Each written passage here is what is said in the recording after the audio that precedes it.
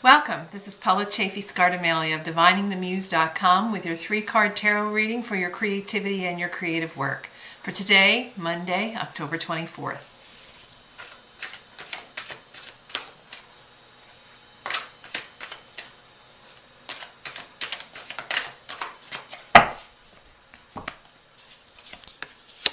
Okay, nice. The focus card for today is the Six of Wands. Wands has to do with the element of fire, with spirit, creativity, career, work. And this is the success card in the Wands. This is, you can see the knight on his horse. This is the equivalent of the confetti parade through New York when the returning heroes or winning teams or whatever. You can imagine him riding through the crowds and all the lights and the accolades and everything. So focus today on your recent successes.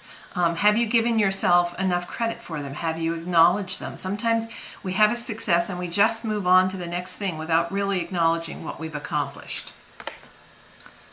The action card for today is the Seven of Swords. Swords has to do with the element of air, with thoughts, attitudes, beliefs, communications.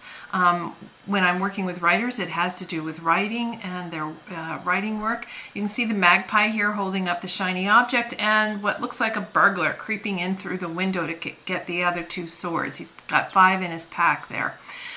Your action for today is to communicate in a different way about what you do. And it may be a way that's a little more subtle. Perhaps it's a copy you're writing to promote a program or a product, or you may be on social media talking to people, but instead of coming with that forward thrust, figure out a way to be a little more subtle and come in, so to speak, through the back door in order to get your point across. And then finally, the gift for today is the Eight of Wands. Again, fire, creativity, spirit, career, work. And here's Sagittarius in the background. I don't know if you can see him. He's got his bow and arrow pulled back, ready to launch.